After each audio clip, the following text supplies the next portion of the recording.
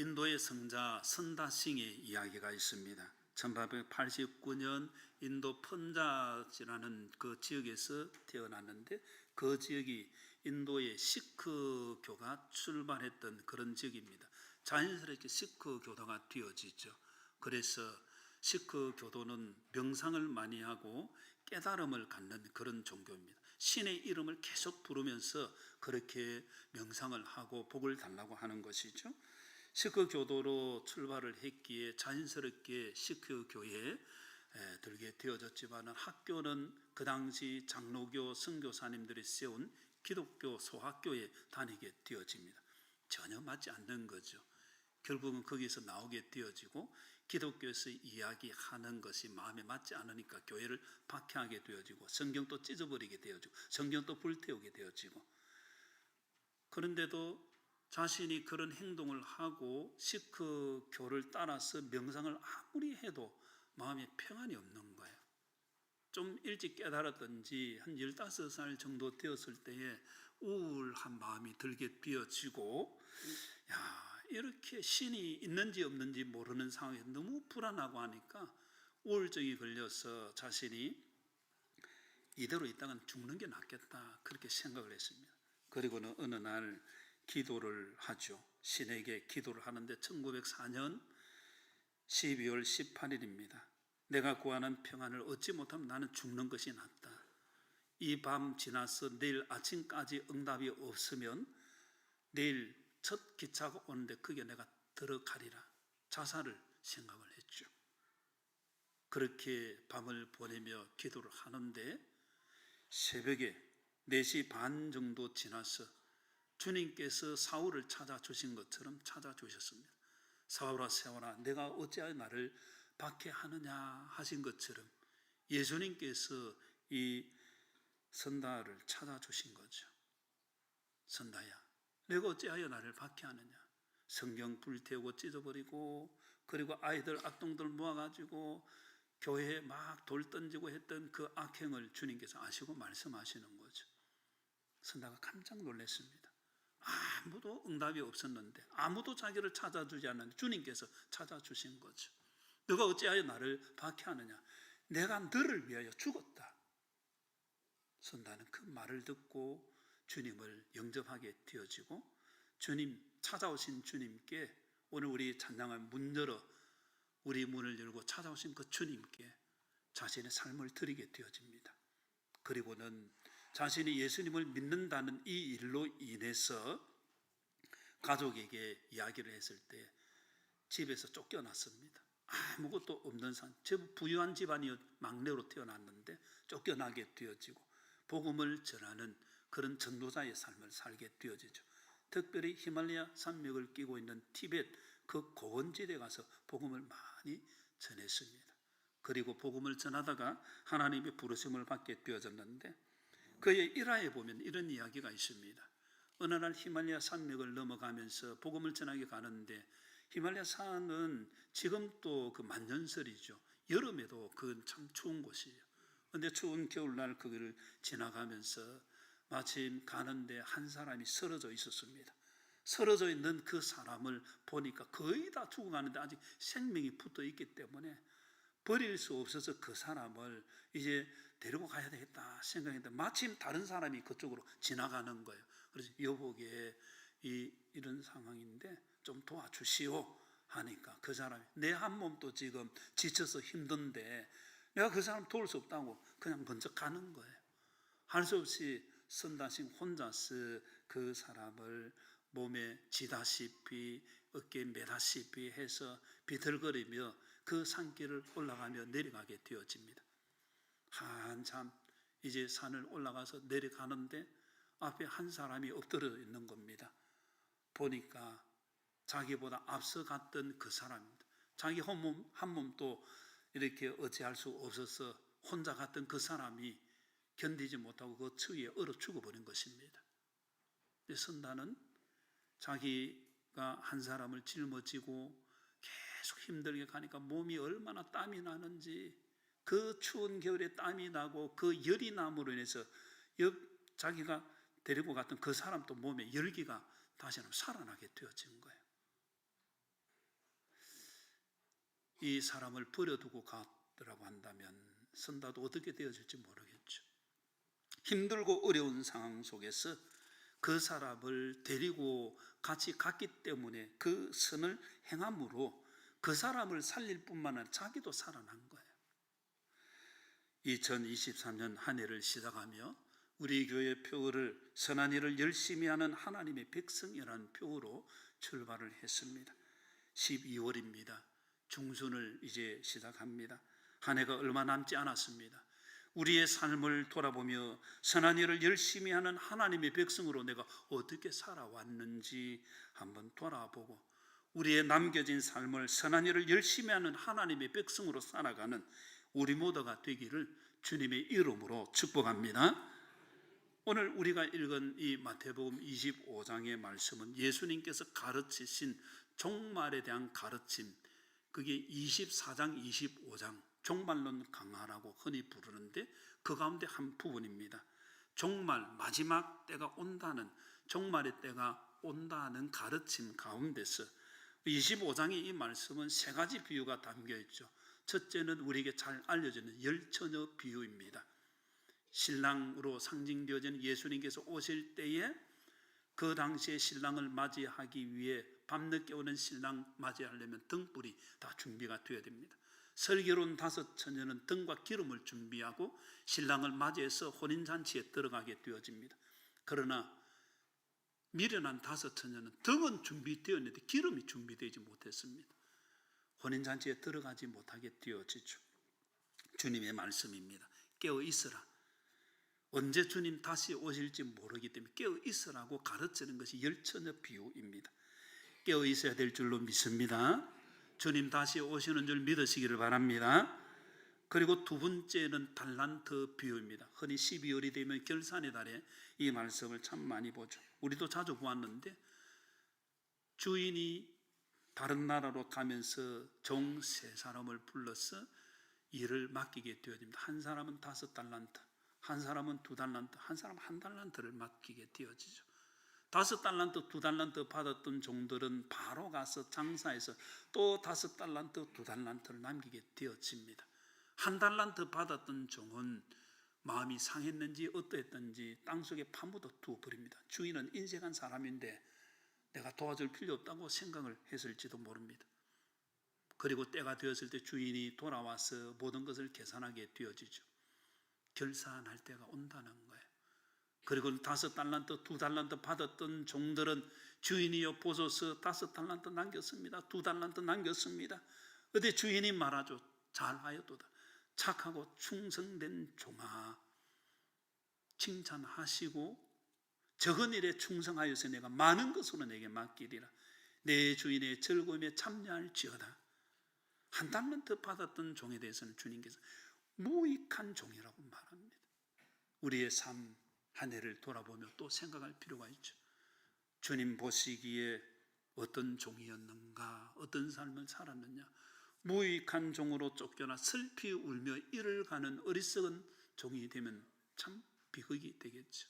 오늘 이 자리에 있는 우리 모두가 주님께서 내 인생에 주신 달란트, 내 인생에 주신 사명 마음에 담고 주님 보시기에 충성스러운 그런 종으로서 주님의 칭찬받고 상급받게 되기를 주님의 이름으로 축복합니다.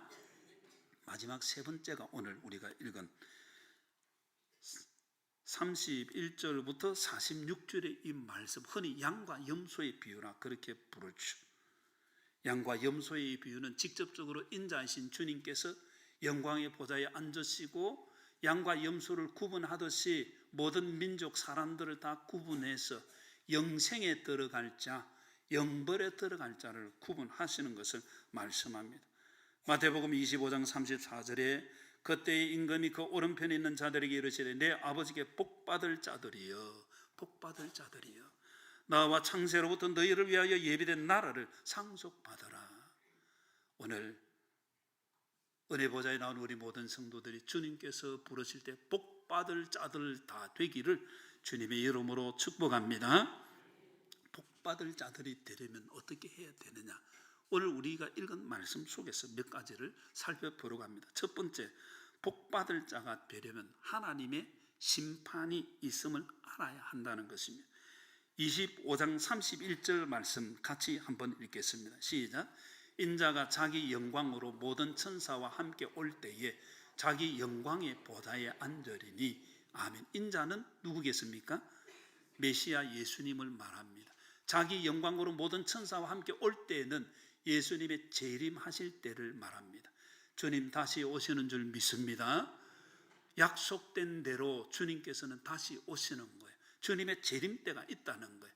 그리고 그 재림 때에 요즘 우리가 새벽 기도에 요한계시록을 보는데 주님 오시는 그 최후의 심판, 하나님의 백성에게는 하나님께서 은혜의 세계로 인도하시는, 하나님 정말 우리를 회복시켜 주시는 때가 될 것이고, 그 최후의 심판이 대적자들에게는 하나님을 대적한 사탄의 그 일을 한, 사탄의 모든 일을 한 대적자들은 하나님의 심판 가운데 영원한 지옥불에 던져지게 되는 거예요. 그래서 여기 자기 영광의 보좌에 앉는다는 것은 모든 권한을 가지고 심판하심을 말씀하는 거예요.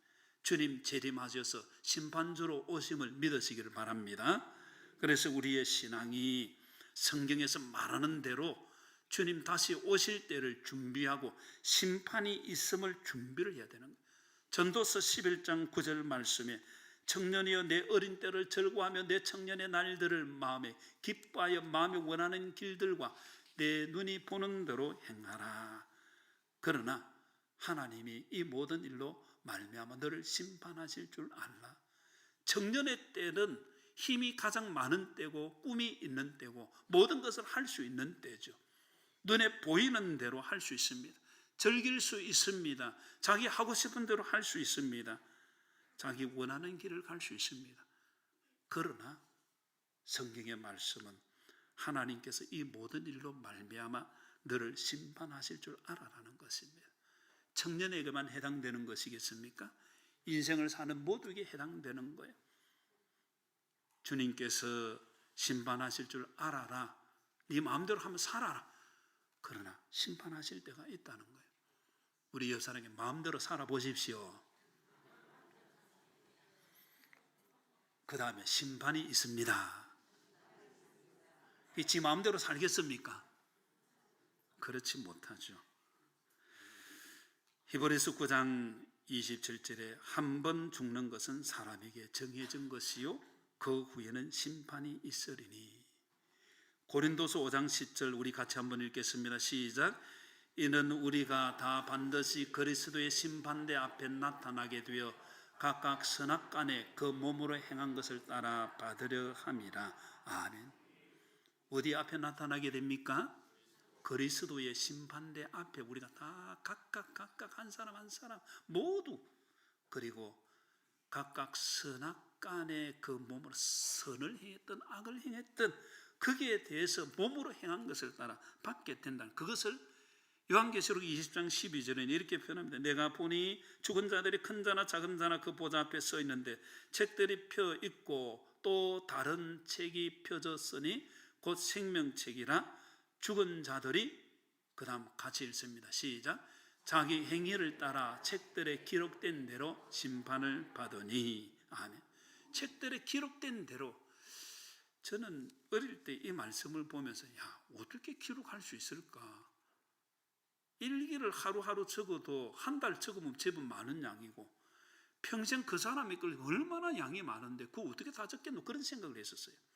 근데 요즘 과학이 발달되는 이게 참 말씀을 더 깊이 깨닫는 거예요. 이 스마트폰 안에 전 세계 좋은 소식, 나쁜 소식, 모든 정보 다 들어가지 않습니까? 이 작은 것 안에. 요즘 오토바이 털치기가 없다고 그러죠. 곳곳에 CCTV 있고 자동차에 블랙박스 있으니까 요즘 길에 떨어져 있는 가방도 함부로 주우면 안 된다 그래요. 괜히 그거 만졌다가 안에 뭐 없어졌네 하면 책임을 물리니까 그거 내가 안 주웠으면 말도 못하는 거 다 드러나는 거예요. 성경은 자기 행위를 따라 책들에 기록된 대로 심판을 받는다 그렇게 말씀합니다. 우리 모든 삶은 하나님 보시기에 다 드러나는 줄 믿습니다. 우리 행한 대로 다 기록이 된다고 말씀합니다. 그리고 거기에 따라서 심판하신다는 거예요. 여러분, 심판이 있는 것을 믿습니까? 개신교인들 대상으로 최근에 정재영 교수님이 조사를 했는데, 우리나라 성도들 대상으로 70년대, 80년대, 90년대, 2000년대, 2010년대, 2020년대 심판에 대한 개념이 점점 약화되고 있다는 거예요. 그 이유가 이렇게 살기 좋은 내세가 무슨 필요 있어? 내세에 대한 생각이 별로 없습니다. 잘 살고 있으니까. 그게 큰 원인 가운데 하나라고 하죠. 그리고 심판에 대한 생각도 점점 줄어들어서 지금은 61%의 성도들이 심판은 있다 생각을 하고, 그러니까 10명을 기준으로 해서 6명은 그래 심판이 있다고 생각하고 4명 정도는 심판 없다고 생각한다, 그 말이에요. 한번 손 들어볼까요? 심판 있다고 생각하는지. 심판에 대한 생각이 점점 줄어들고 있는 이것도 우리가 생각해 볼 거예요. 그러나 우리는 성경대로 하나님의 말씀이 진리인 줄 믿습니다. 성경대로 우리의 모든 것 다 심판하신다는 거예요. 그래서 주님께서 영광의 보좌에 앉아서 심판하시기 때문에 심판을 준비하는 성도가 되어야 된다. 오늘 우리가 읽었던 말씀 마태복음 25장 32절에는 모든 민족이 심판의 대상입니다. 그 앞에 모고 각각 한 사람 한 사람 다 구분하기를 목자가 양과 염소를 구분하는 것 같이 한다고 합니다. 양과 염소, 팔레스타인 지역에서는 양은 좀 흰색이고 또 염소는 검정색이 대부분이라 합니다. 그래서 딱 보면 구분이 되겠습니까? 안 되겠습니까? 구분된다는 거예요. 이 말은 주님께서 구분하실 때 실수하지 아니하시고 정확하게 구분하신다. 그럼 양이 될 자인지 염소가 될 자인지 오른쪽에 들어갈 자인지 왼쪽에 들어갈 자인지 정확하게 구분하신다는 것을 말씀합니다. 그리고 또한 염소들은 밤중에 그 어두운 밤에도 염소들은 몸 차가움을 많이 느끼기 때문에 물이 져서 따뜻한 곳에 두어야 된다 그래요. 그러나 양들은 그렇지 않다 그래요. 추위를 잘 견딘다 그래요. 그래서 밤에도 구분이 다 된다는 것을 말하죠. 그리고 그렇게 구분해서 25장 33절에 보면 양은 그 오른편에 염소는 왼편에 두리라. 오른편의 이 의미는 하나님의 보호, 하나님의 은혜의 자리를 말합니다. 왼편은 반대적인 개념이죠.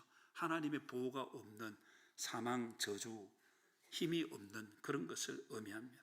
그래서 오른편이냐 왼편이냐, 오른편은 영생에 들어가는 것이고 왼편은 영벌에 들어가는 것을 말하죠. 마태복음 25장 34절에 보면 그때 임금이 그 오른편에 있는 자들에게 이르시되 내 아버지께 복받을 자들이여 나와 창세로부터 너희를 위하여 예비된 나라를 상속받으라. 복은 무엇입니까? 그 나라를 상속받고 들어가게 되어지는 걸 말합니다. 우리가 그 나라에 다 속하게 되어야 할 줄로 믿습니다. 그 나라에 속한 자는 이 땅에서 그 나라의 은혜를 누리는 거예요. 우리가 이 땅에서 천국의 은혜를 누리지 못하는데 어떻게 천국이 있다는 확신을 가질 수 있겠습니까? 지난주 우리 초청주일에 행복과 영생에 대해 말씀을 드렸습니다. 영원한 생명 뭐냐면 하나님을 알고 예수 그리스도 아는 것이 영생인 거예요. 하나님의 나라에 들어가서 우리가 그곳에서만이 아니에요. 이 땅에서도 하나님 알고 예수 그리스도 알면 주어지는 은혜가 있는 줄 믿습니다. 많은 은혜가 있지만은 네 가지 것을 말씀을 드렸죠. 하나님 인도해 주시는 줄 믿으시길 바랍니다. 영생의 은혜 하나님께서 보호해 주신다는 것입니다. 영생의 은혜 하나님께서 우리의 기도에 응답해 주신다는 것입니다. 영생의 은혜 하나님께서 우리의 필요를 다 채워 주신다는 것입니다. 이 외에도 많이 있지만은 대표적인 것 몇 가지를 말씀을 드렸습니다. 그게 천국에서 누리는 것이 아니라 이 땅에서 누리는 거예요. 천국에서는 다른 보호가 필요 없죠. 천국에서는 다른 인도가 필요 없죠. 천국에서는 기도 응답이 필요 없죠. 천국에서는 피로 채워주는 게 필요 없습니다. 다 모든 것이 다 완벽하게 완전한 것이기 때문에. 그러나 이 땅에서는 우리가 영생의 은혜를 누리는 거예요. 그게 하나님 살아계시는구나. 하나님 살아계시는 은혜 누리시기를 바랍니다. 그래서 천국의 은혜를 이 땅에서 맛보고 영원한 천국에 들어가게 되는, 그게 복받을 자들이라는 거예요. 그러나 그렇게 되지 못한 자, 25장 41절에 왼편에 있는 자들에게 이르시되 저주를 받은 자들아, 나를 떠나 마귀와 그 사자들을 위하여 예비된 영원한 불에 들어가라. 영원한 불은 꺼지지 않는 불, 지옥불을 말하는 거예요. 불과 용으로 타는 못에 던져진다. 요한계시록 21장 8절에 분명히 믿지 않는 자들 쭉 연결해서 그렇게 말씀하죠. 오늘 이 자리에 있는 우리 모두는 오른편에 분류되어지고 영원한 하나님의 나라를 상속받는 우리 모두가 되기를 주님의 이름으로 축복합니다. 베드로전서 1장 17절 말씀에 그렇기 때문에 사람의 행위대로 심판하시는 이를 너희가 아버지라 부른즉 너희가 나그네로 있을 때를 두려움으로 지내라. 우리 인생길이 이 땅이 끝이 아니에요. 나그네 인생, 나그네이기 때문에 돌아갈 때가 있기 때문에 두려움으로 지내요. 두려움으로 지내야 할 줄로 믿습니다.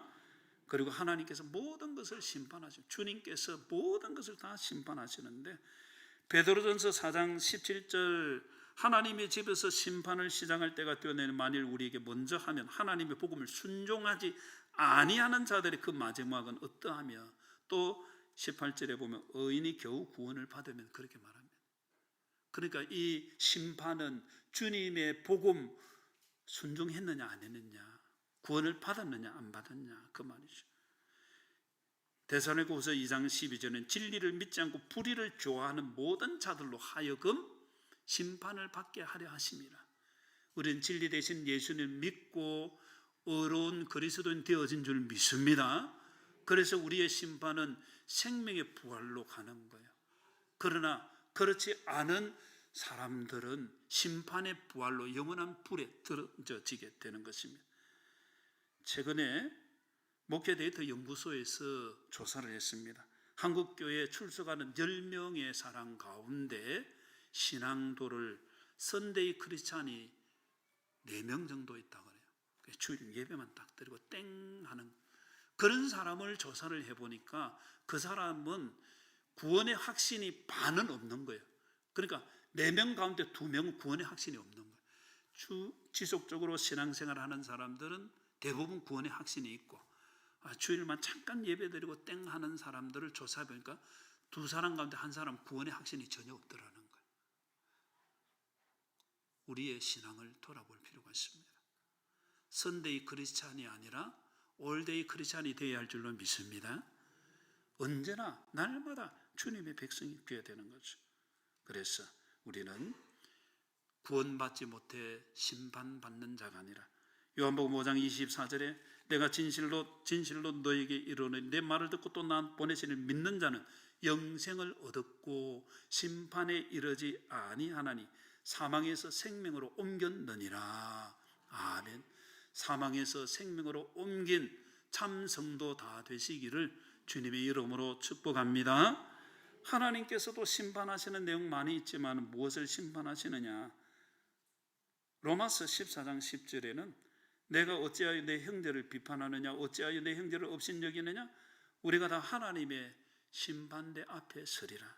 우리의 말에 대해서 하나님 심판하신다는 거. 그래서 마태복음 12장 36절에 보면 내가 너에게 이르노니 사람이 무슨 무익한 말을 하든지 심판날에 이에 대하여 신문을 받으리니, 우리 말한 것도 다 심판을 받는데, 마태복음 5장 22절에 보면 나는 너에게 이르노니 형제에게 노하는 자마다 심판을 받게 되고 형제를 대하여 나가라 하는 자는 바보라는 뜻입니다. 형제를 향해서 바보, 아이고 바보 같은, 그것도 몰라 하면서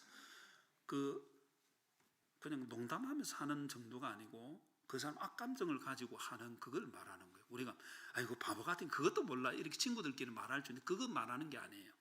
여기서는 그 사람을 비난하고 넘어뜨리는 바보라는 뜻으로 하는 거예요.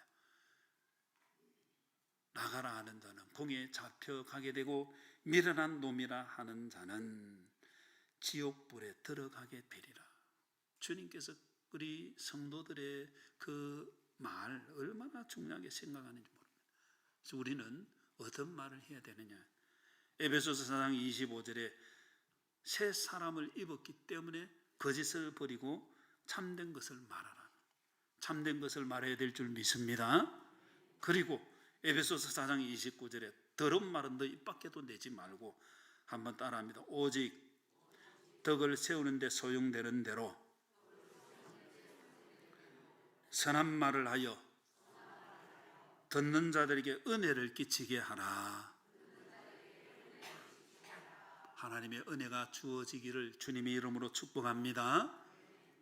그리고 누가복음 20장 46절에서 47절에 보면 주님께서 더 엄중하게 심판하시는 대상이 있는데, 20장 47절에 보면 그들은 과부의 가산을 삼키며 외식으로 길게 기도하니, 그 당시 서기관 바리새인들을 말하는 거예요. 그들이 더 엄중한 심판을 받으리라. 과부의 가산을 삼켜버립니다. 신명기 14장 29절에는 과부와 고아는 보호의 대상입니다. 하나님께서 너희 중에 분깃이나 기업이 없는 레위인과 내 성중에 거류하는 객과 및 고아와 가부들이 와서 먹고 배부르게 하라. 그리하면 내 하나님 여호와께서 내 손으로 하는 범사에 내게 복을 주시리라. 다른 세상적 기업이 없는 사람들에 대해서 이렇게 배부르게 하면 하나님께서 복을 주신다는 거예요. 그런데 그 당시에 서기관 바리새인들은 그렇게 하지 않았습니다. 그런 거룩한 척 거룩 구제도 많이 하고 다 그런 것 같은데, 주님은 그 내면을 아시죠. 그래서 과부의 가산을 삼키는 자라고 말하고, 외식으로 길게 기도하는 더 엄중한 심판을 받는다. 중심을 보시는 주님 앞에 우리의 참신앙을 보여야 할 줄로 믿습니다. 그래서 내면이 주님의 기쁨이 되어야 되는 거예요. 주님의 기쁨 되는 우리 모두가 되기를 주님의 이름으로 축복합니다. 그리고 우리가 복받을 자가 되려면 오늘 우리 읽은 말씀에 형제에게 선을 행하여야 한다는 것입니다. 마태복음 25장 40절 같이 읽겠습니다. 시작. 임금이 대답하여 이르시되 내가 진실로 너에게 이르노니 너희가 여기 내 형제 중에 지극히 작은 자 하나에게 한 것이 곧 내게 한 것이니라 하시고. 아멘. 오른편 양으로 분류되어져 있는 그 의인들이 언제 주님께서 배고팠습니까? 언제 주님께서 그렇게 나그네였습니까? 감옥에 갇혔습니까? 헐벗었습니까? 목말라 했습니까? 그런 적 없었지 않습니까? 우리가 주님을 그렇게 대접한 적이 없습니다. 그러니까 주님께서 너희들이 내 형제 중에 지극히 작은 자 하나에게 한 것이고 내게 한 것이라. 주님께서는 형제라고 말합니다. 주님의 몸된 교회 공동체 성도들은 다 형제인 줄 믿습니다. 지극히 작은 자는 관심 밖의 사람이라고 볼 수 있습니다. 다른 말로 하면 관심 받기이기 때문에 관심을 받고 보호를 받아야 할 사람이라고 볼 수 있습니다. 그들 가운데 헐벗고 굶주린 사람들이 있겠죠. 그들 가운데 힘들어하는 사람들이 있겠죠. 그들에게 필요한 것이 있습니다. 그 필요를 도와주었을 때 주님께서는 너가 나에게 이렇게 했구나, 그렇게 인정을 하신다는 거예요. 옆에 있는 사람이 누굽니까? 형제 자매로 보입니까? 형제 자매로 보이십니까? 주님의 말씀입니다. 지극히 작은 자, 저 사람 안 도와줘도 돼, 저 사람 뭐 괜찮아가 아니라 누구나 모든 사람은 그 삶의 상황에 어려움과 곤란을 당할 수가 있습니다. 도움이 필요한 사람이에요.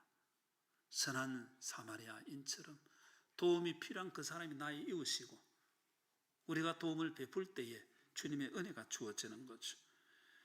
나의 옆에 있는 사람에게 나는 어떻게 했는가, 내 앞에 있는 사람, 내 주변에 있는 사람이 나는 어떻게 했는가, 주님 그걸 물으시는 거예요. 지극히 작은 자에게 어떻게 했느냐. 반대로 왼편에 분류되어진 그 사람들은 주님이 언제 그런 적이 있습니까? 주님이 만약 배고파 했으면 우리가 가만히 있었겠습니까? 주님께서 감옥에 갇혔다면, 병들었다고 하는데 우리가 그냥 있었겠습니까? 이렇게 대답을 하죠. 주님의 말씀이 너희에게 진실로 내가 말한다. 이 지극히 작은 자 하나에게 하지 아니한 것이 나에게 하지 아니한 것이라는 거예요. 지극히 작은 자를 어떻게 대하느냐에 따라서 그 결과가 달라지는 것이죠. 오른편 의인, 양으로 분류되어 있는 사람은 지극히 작은 자이기 때문에 돌보았습니다. 왼편에 분류되어 있는 이 염소 그리고 의인이 되지 못하고 지옥불에 던져질 이 사람들은 지극히 작은 자이기 때문에 무시를 했습니다. 지극히 작은 자이기 때문에 관심 밖의 사람인 거예요. 그러나 주님께서는 그것을 보시는 거예요. 히브리서 10장 24절에 서로 돌아보아 사랑과 선행을 격려하며 10장 25절에 모이기를 피하는 어떤 사람들의 습관과 같이 하지 말고 오직 권하여 그날이 가까움을 볼수록 더욱 그리하자. 주님 다시 오시는 줄 믿습니다. 우리는 주님의 사랑을 무조건 받았습니다. 우리는 주님의 사랑을 그렇게 실천해야 될 줄로 믿습니다. 다 이래 자르고 저래 자르고 저 사람은 사랑, 이 사람은 불사랑, 그건 주님께서 원하시는 게 아니에요. 주님께서 그 바리새인들을 향해서 세상 사람도 자기 좋아하는 사람에겐 잘하고 사랑하지 않느냐, 제자들 향해서 그렇게 하는 것은 누구나 하는 거라는 거예요. 주님의 사랑을 덧입은 자는 주님의 사랑으로 살아야 될 줄로 믿습니다. 주님의 사랑에 예외를 두면 안 된다 그 말이에요. 우리는 예외를 너무 많이 두는 것 같아요. 사랑의 대상이 있는가 하면 사랑해서는 안 될 대상으로 잘라내어 버립니다. 그러나 주님께서는 그 사람이 지극히 작은 자라, 내가 무시하고 잘라낸 그 사람이 지극히 작은 자라는 거예요. 지극히 작은 자에게 한 것이 곧 내게 한 것이라. 주님의 말씀을 또 듣고 마음에 새겨서 영생에 들어가는 우리 모두가 되기를 주님의 이름으로 축복합니다. 마태복음 25장 34절 같이 한 번 더 읽겠습니다. 시작. 그때에 임금이 그 오른편에 있는 자들에게 이르시되 내 아버지께 복받을 자들이여 나와 창세로부터 너희를 위하여 예비된 나라를 상속받으라. 아멘. 우리 모두가 예비된 나라를 상속받게 되기를 주님의 이름으로 축원합니다. 지난주 오후에는 국제기아대책에서 와서 여기 생명과 나눔의 선교주의를 겸해서 미얀마에 있는 아이들을 후원하는 것을 우리 성도들이 많이 동참을 했습니다. 우리에게 3만 원은 뭐 사람 따라 가정 따라 다르겠지만 그렇게 많은 비중은 아니지만은 미얀마의 그 어린 아이들의 3만 원 한 달의 생활비가 되어집니다. 공부하고 먹고 사는 생활비가 되어지는데 우리 성도들이 많이 동참을 했지만 아직도 들어오시면서 보셨겠지만 빈자리가 있습니다. 잠언서 11장 25절에 보면 구제를 좋아하는 자는 풍족하여질 것이요 남을 윤택하게 하는 자는 자기도 윤택하여지리라. 주님의 말씀인 줄 믿습니다. 감동이 오는 대로 하십시오. 나도 좀 도와야 되겠다. 나는 힘든데 3만 원 하기 버거우면 세 사람이 모아서 해도 좋겠습니다. 그래서 여러분들이 이렇게 했더니 하나님께서 과연 복을 주시는구나, 좀 경험도 좀 많이 하시고, 그래서 하나님의 은혜를 많이 나타내고, 그래서 우리 모두가 선한 일에 힘을 쓰는 자로 다 복받을 자들이 다 되기를 주님의 이름으로 축복합니다. 우리 같이 한번 기도하겠습니다. 말씀을 생각하며 기도합니다. 선한 일을 열심히 하는 하나님의 백성으로 한 해를 내가 어떻게 보내왔는지 돌아보고 선한 일 하지 못한 것 회개하고 선한 일 하게 하옵소서. 그리고 주님 심판하실 때가 오는 것을 알고 깨어서 주님 오심을 준비하며 오른편에 들어간 그런 성도의 삶을 살도록 복받을 자로 살게 주옵소서. 우리 주여 한번 부르며 같이 기도드립니다. 주여! 아버지 하나님 인도해 주시고 은혜 베풀어 주시옵소서. 주님의 은혜를 허락해 주시고 아버지 하나님 주신 말씀 구제하기를 좋아하는 자가 되어서 하나님 풍족케 하시고 남을 윤택하게 하는 자가 윤대하여 주니 은혜를 누리게 하소서. 아버지 하나님 인도하여 주시옵소서. 선한 일에 힘쓰게 하여 주시옵소서. 복받을 자가 주옵소서. 저주받을 자가 되지 않게 하여 주소서. 아버지 하나님, 우리 모두가 다 복받을 자로 천국 백성으로 살도록 주여 인도하여 주시옵소서. 나그네 인생길 참